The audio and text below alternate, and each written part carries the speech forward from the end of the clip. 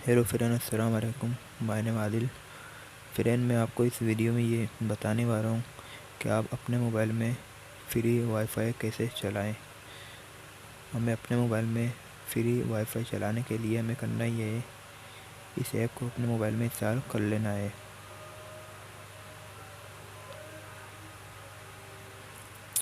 ये आपको नज़र आ रही होगी। इस ऐप को अपने मोबाइल में इंस्टॉल कर लेना है। मैं इसे अपने मोबाइल में इंस्टॉल कर लेता हूँ।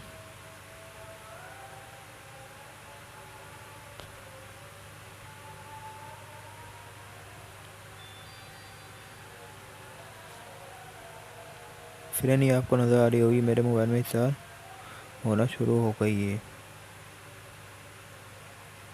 बहुत जल्दी इंस्टॉल हो जाएगी मेरे मोबाइल में ये।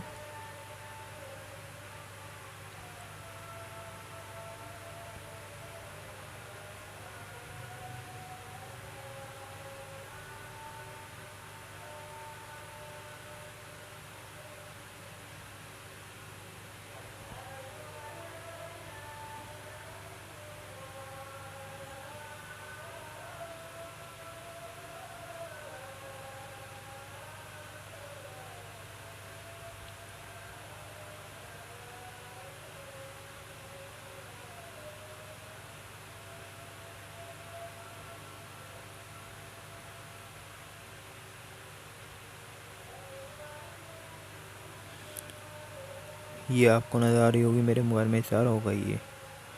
हमें यहाँ से इसे ओपन कर लेना है।